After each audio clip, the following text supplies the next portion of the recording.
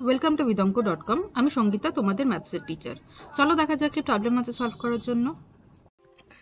একটি ও কেন্দ্রীয় বৃত্ত অঙ্কন করি যা দুটি ব্যাসার্ধ ও এ এবং ও বি পরস্পর লম্বভাবে অবস্থিত। এ ও বি বিন্দুতে অঙ্কিত স্পর্শকদ্বয় পরস্পরকে টি বিন্দুতে ছেদ করলে প্রমাণ করি যে এ বি ইকুয়ালস টু ওটি এবং তারা পরস্পরকে লম্বভাবে সমদ্বিখণ্ডিত করে। ওকে, তো প্রথমে তাহলে আমরা একটা বৃত্ত আঁকলাম যে বৃত্তের কেন্দ্র হচ্ছে ও। ওকে, আচ্ছা এবারে দুটি ব্যাসার্ধ ও এ এবং ও বি এরা পরস্পর লম্ব, মানে এদের মধ্যে অ্যাঙ্গেল হচ্ছে 90 ডিগ্রি। এবারে এ বিন্দু থেকে একটা স্পর্শক অঙ্কন করলাম এবং বি বিন্দু থেকে একটি স্পর্শক অঙ্কন করলাম। ওকে, এ বিন্দুতে অঙ্কিত স্পর্শক এবং বি বিন্দুতে অঙ্কিত স্পর্শক এরা পরস্পরকে টি বিন্দুতে ছেদ করছে।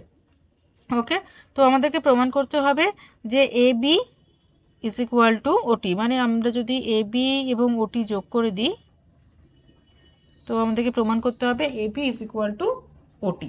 ফাইন, এবং তারা পরস্পরকে লম্বভাবে সমদ্বিখণ্ডিত করছে।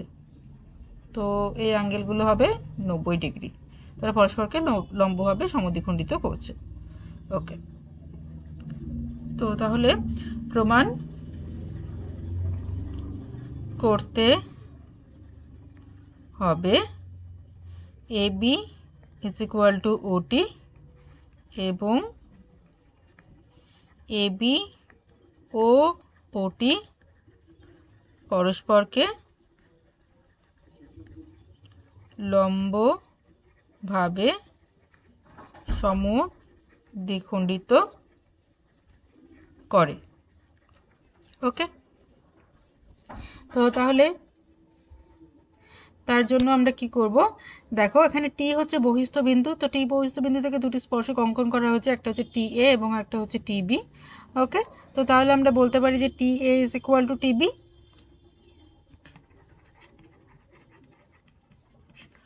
তো আমরা বলতে পারি T A is equal to TB, যেহেতু আমরা জানি যে কোনো বস্তু বিন্দু থেকে একটি বৃত্তের উপর যদি স্পর্শক অঙ্কন করা হয়, দুটি স্পর্শক অঙ্কন করা হয়, তাহলে স্পর্শক দুটি দৈর্ঘ্য সমান হয়। তো তাহলে এক্ষেত্রে টি A is equal to TB হচ্ছে।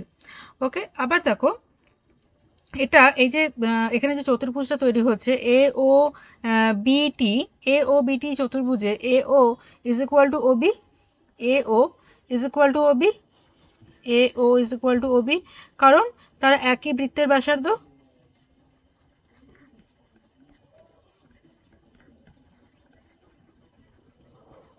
ওকে, একই বৃত্তের ব্যাসার্ধ।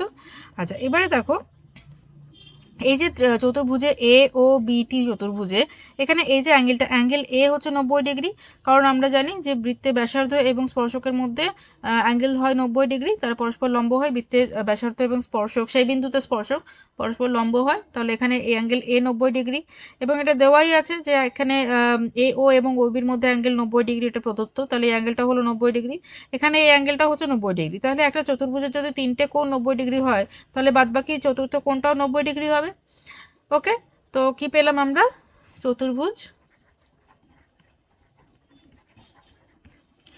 এ ও বিটি তে okay angle A is equal to 90 degree. কি কারণ, কারণ আমরা জানি যে কোনো বৃত্তের ব্যাসার্ধ এবং ওই বিন্দুতে অঙ্কিত স্পর্শক পরস্পর লম্ব হয়।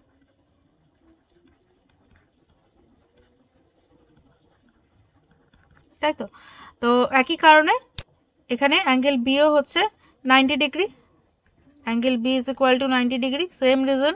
ওকে, একই কারণ আমি লিখে দিচ্ছি। ফাইন, আচ্ছা আবার বলেছে কি angle O is equal to 90 degree, এটা প্রদত্ত। ফাইন, তো তাহলে যদি একটা চতুর্ভুজের তিনটে কোণ যদি 90 ডিগ্রি হয়, তাহলে of course the fourth one is 90 degree, কারণ আমরা জানি যে একটা চতুর্ভুজের চারটে কোণের সমষ্টি হচ্ছে 360 ডিগ্রি। তো আমরা বলতে পারি অতএব T is equal to 90 degree. Fine, তো তাহলে দেখো এই যে চতুর্ভুজে চারটে কোণ সমকোণ এবং এর সংলগ্ন বাহুগুলো অ্যাডজেসেন্ট সাইডগুলো হচ্ছে ইকুয়াল, তাহলে এই চতুর্ভুজটার নাম কি হবে, এটি একটি বর্গক্ষেত্র, এটি একটি স্কোয়ার। ওকে, তো তাহলে আমরা কি বলবো, অতএব এ ও বিটি একটি বর্গক্ষেত্র। ওকে, এবারে আমরা জানি যে বর্গক্ষেত্রে কর্ণদ্বয় পরস্পরকে লম্বভাবে সমদ্বিখণ্ডিত করে। তো এখানে এ বি এবং ওটি হচ্ছে বর্গক্ষেত্রের কর্ণ, এবং আমরা জানি যে বর্গক্ষেত্রের কেন্দ্র কর্ণদ্বয় পরস্পরকে লম্বভাবে সমদ্বিখণ্ডিত করে। তো তাহলে হয়ে গেল এ বি লম্বভাবে সমদ্বিখণ্ডিত করে, এইটা প্রমাণ হয়ে গেল। এবং আমরা এটাও জানি যে কর্ণদ্বয় পরস্পর সমান হয়, তাহলে A B is equal two ওটি হলো। ওকে, তো আমরা কি জানি, আমি লিখে দিই স্টেটমেন্টটা, যে বর্গক্ষেত্রের কর্ণদ্বয় সমান এবং তারা পরস্পরকে লম্বভাবে সমদ্বিখণ্ডিত করে। ঠিক আছে, এটা হচ্ছে স্কোয়ারের প্রপার্টি। তো সেখান থেকে আমরা বলতে পারি অতএব A B is equal two ওটি। ওকে, সেখান থেকে আমরা বলতে পারি A B is equal two ওটি, এবং এ বি ও ওটি পরস্পরকে লম্বভাবে সমদ্বিখণ্ডিত করেছে। ওকে, প্রমাণিত। Thank you for watching with onco.com। অঙ্কের আরও প্রবলেম এবং সলিউশনের জন্য আমাদের ওয়েবসাইট অবশ্যই ব্রাউজ করুন।